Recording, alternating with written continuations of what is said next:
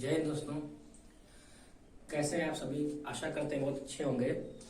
तो आइए समझते हैं वास्तविक संख्या के बारे में, यानी रियल नंबर। रियल नंबर क्या होते हैं? तो वे सभी संख्याएं जो वास्तविक रूप में मौजूद होती हैं, वास्तविक रूप में होती हैं, उसे क्या कहते हैं? वास्तविक संख्याएं कहते हैं। यानी कि वे संख्याएं जो वास्तविकता में पाई जाती है, मौजूद होती है, उन्हें वास्तविक संख्याएं कहते हैं।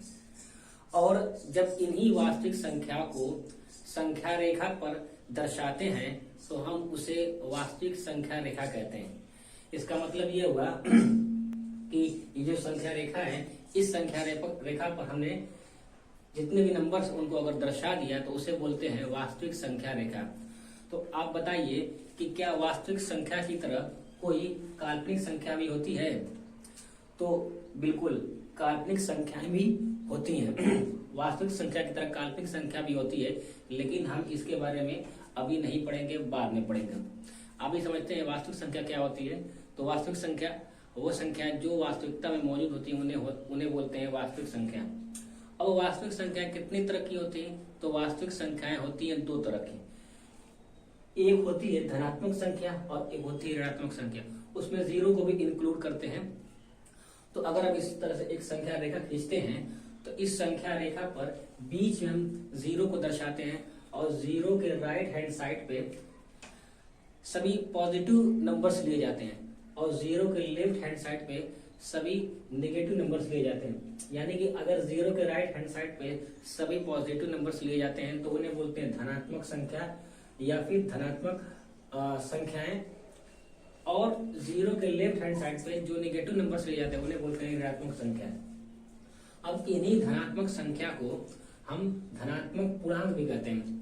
धनात्मक पूर्णांक यानी जीरो से नहीं, हम सिर्फ एक से अनंत तक ऐसे बढ़ते हुए जाएंगे तो इन्हें बोलेंगे धनात्मक पूर्णांक। और अगर हम जीरो से बाईं ओर लेफ्ट हैंड साइड पे जो भी माइनस वाली संख्या है उनको अगर काउंट करेंगे तो उन्हें बोलेंगे ऋणात्मक पूर्णांक। अब जो है जो धनात्मक पूर्णांक है इसे हम प्राकृतिक संख्या कहते हैं। अब कैसे प्राकृतिक संख्या कहते हैं? तो प्राकृतिक संख्या की परिभाषा क्या होती है? प्राकृतिक संख्या वे सभी संख्याएं जो एक से स्टार्ट होती हैं, एक से प्रारंभ होती हैं और अनंत तक जाती हैं, उन्हें बोलते हैं वास्तविक संख्या। उन्हें बोलते हैं प्राकृतिक संख्या। तो धनात्मक पूर्णांक भी एक से स्टार्ट हो रहा है और प्राकृतिक संख्या भी एक से ही स्टार्ट होती है, इसलिए धनात्मक पूर्णांक ही क्या होती है? प्राकृतिक संख्या कहलाती है। जैसे यहाँ से अगर हम काउंट करें 1 2 3 4 5 6 ऐसे बढ़ते बढ़ते अनंत तक जाएंगे तो प्राकृतिक संख्याएं मिलेंगी। जैसे यहाँ हमने लिख दिया 1 2 3 4 5 6 7 8, और इसी तरीके से अनंत तक हम इसको जा सकते हैं, तो इसे बोलेंगे प्राकृतिक संख्या। अब अगर प्राकृतिक संख्या में हम जीरो को भी ऐड कर दें, जीरो को भी शामिल कर दें, इंक्लूड कर दें, तो वो बन जाती है पूर्ण संख्या यानी होल नंबर। प्राकृतिक संख्या को इंग्लिश में नेचुरल नंबर बोलते हैं, होल नंबर को, पूर्ण संख्या को होल नंबर बोला जाता है। तो मैंने क्या बोला कि प्राकृतिक संख्या में अगर हम जीरो को भी इंक्लूड कर दें, शामिल कर दें, तो उसे बोलते हैं होल नंबर यानी कि पूर्ण संख्या है। जैसे हमने यह लिख दिया है, क्योंकि धनात्मक पूर्णांक ही प्राकृतिक संख्या होती है, इसलिए धनात्मक पूर्णांक की जगह हमने प्राकृतिक संख्या की जगह हमने धनात्मक पूर्णांक लिख दिया।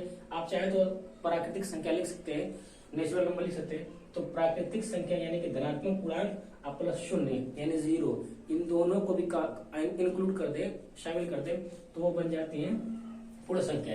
जैसे यहाँ से हमने काउंट किया था तो ये प्राकृतिक संख्या थी, उसमें हमने जीरो को भी ले लिया तो ये क्या बन गई? पूर्ण संख्या बन गई। जैसे एग्जाम्पल में 0 1 2 3 4 5 6 ऐसे अनंत तक बढ़ते हुए जाएंगे तो हमको पूर्ण संख्याएं मिलेंगी। अब समझते हैं कि पूर्णांक क्या होते हैं। तो पूर्णांक का मतलब ये हुआ कि जितने भी ऋणात्मक संख्याएं हैं और जितने भी धनात्मक संख्याएं हैं और प्लस जीरो यानी ऋणात्मक संख्या प्लस धनात्मक संख्या प्लस शून्य, इन तीनों का जो समावेश होता है यानी इन तीनों को मिलाकर क्या बोलते हैं? पूर्णांक बोलते हैं। या हम इसको इस तरीके से भी कर सकते हैं कि जो ऋणात्मक संख्याएं हैं अब प्लस पूर्ण संख्या।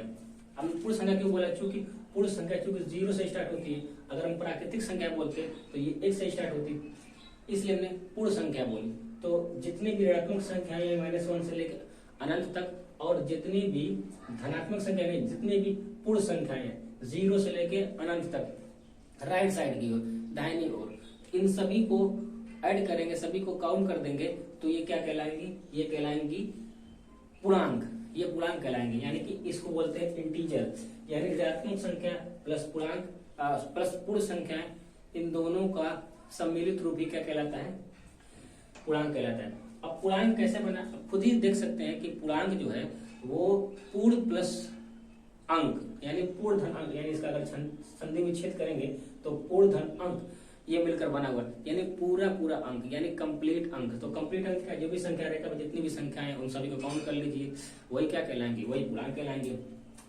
तो आई होप आपको समझ में आ रहा होगा कि पूर्णांक क्या होता है, प्राकृतिक संख्या क्या होती है, पूर्ण संख्या क्या होती है। अब जो पूर्ण संख्या है इसमें दो तरह की संख्या शामिल है, क्योंकि अगर 0 से काउंट करेंगे तो पूर्ण संख्या हो जाएगी, 1 से काउंट करेंगे तो प्राकृतिक संख्या हो जाएगी, इसलिए हमने इसमें 0 को अलग कर दिया। तो जो पूर्ण संख्या है इसको मैंने बांट दिया 0 प्लस प्राकृतिक संख्या, 0 को हटा देंगे तो प्राकृतिक बन जाएगी, 0 का काउंट कर देंगे तो पूर्ण संख्या बन जाएगी। अब जो है जो प्राकृतिक संख्या है, प्राकृतिक संख्या ये दो तरह की होती है, प्राकृतिक संख्या दो तरह की होती है। कौन कौन सी, एक प्राकृतिक संख्या होती है अभाज्य संख्या, प्राकृतिक जो संख्या होती है, प्राकृतिक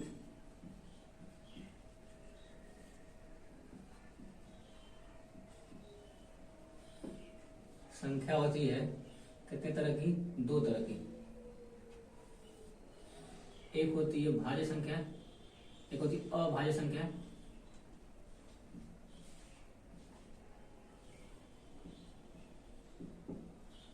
अभाज्य संख्या और दूसरी होती है भाज्य संख्या। भाज्य संख्या। अब यह अभाज्य संख्या क्या होती है, वे संख्या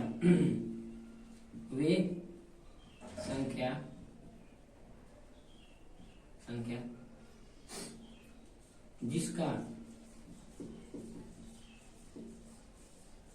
केवल दो गुणनखंड हो, इसका केवल दो गुणनखंड हो,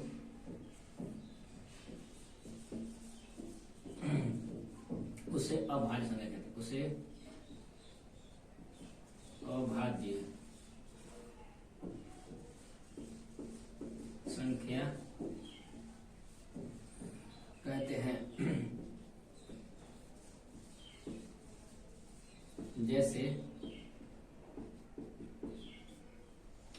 जैसे क्या, जैसे 2 ले लीजिए, 2 3 5, 2 किससे कटेगा, 1 से कटेगा, 2 से कटेगा, 3 1 से कटेगा, 3 से कटेगा, 5 ये भी 1 से कटेगा और 5 से कटेगा, इसे क्या बोलेंगे, अभाज्य संख्या। और भाज्य संख्या किस, और भाज्य संख्या क्या होती है, इसी का जस्ट उल्टा कर दीजिए। यानी देखिए अभाज्य संख्या उन संख्याओं को कहते हैं जिसका केवल 2 ही फैक्टर रहे, यानी जिसका सिर्फ 2 गुणनखंड हो, यानी कि वह सिर्फ 1 से कटे और खुद से कटे। जैसे 2 3 5 7 11 13 17 19 23, इस तरह से और भी बहुत सारी संख्याएं ली जा सकती है जो अभाज्य संख्या होती है, जिनका केवल 2 ही फैक्टर होता है, यानी सिर्फ 2 संख्या से वो कटेंगी, या तो खुद से कटेंगी या तो वो 1 से कटेंगी, तो इन्हें बोलेंगे अभाज्य संख्या। अब इसी का जस्ट उल्टा जो है क्या होती है, भाज्य संख्या होती है। तो भाज्य संख्या जिसका 2 या 2 से अधिक, 2 नहीं, जिसका 2 से अधिक कम से कम 3 फैक्टर रहे, या 3 से ज्यादा भी हो सकता है, 3 या 3 से ज्यादा गुणनखंड हो तो उसे बोलते हैं भाज्य संख्या। भाज्य का मतलब ये होगा जैसे कि जो एक और खुद से कटने के अलावा किसी और संख्या से भी कटे, किसी अन्य संख्या से भी कटे तो उसे बोलते हैं भाज्य संख्या। जैसे 4 1 से भी कटेगा, 2 से भी, 4 से भी, 3 फैक्टर हो गया, 6 1 से भी कटेगा, 2 से भी कटेगा, 3 से भी कटेगा, 6 से भी कटेगा, 2-3 से ज्यादा फैक्टर हो गए। इसी तरह से और बहुत सारी संख्या ली जा सकती है, जैसे कि 8 ले लीजिए, 10 12 14 16 18, 15 और भी बहुत सारी संख्या हैं जो जिनका 3 या 3 से अधिक फैक्टर होता है, उन्हें क्या बोलते हैं? उन्हें बोलते हैं भाज्य संख्या। तो अब आपके लिए एक प्रश्न है कि ये बताइए कि कौन सी ऐसी संख्या है जो न तो भाज्य होती है और न ही अभाज्य होती है। क्वेश्चन को फिर सुन लीजिए, कौन सी ऐसी संख्या होती है जो न तो भाज्य होती है और न ही अभाज्य होती है। आप इसका जवाब, इसका उत्तर देंगे। आई होप आपको ये वीडियो पसंद आया होगा। मिलेंगे अगले क्लास में। जय हिंद।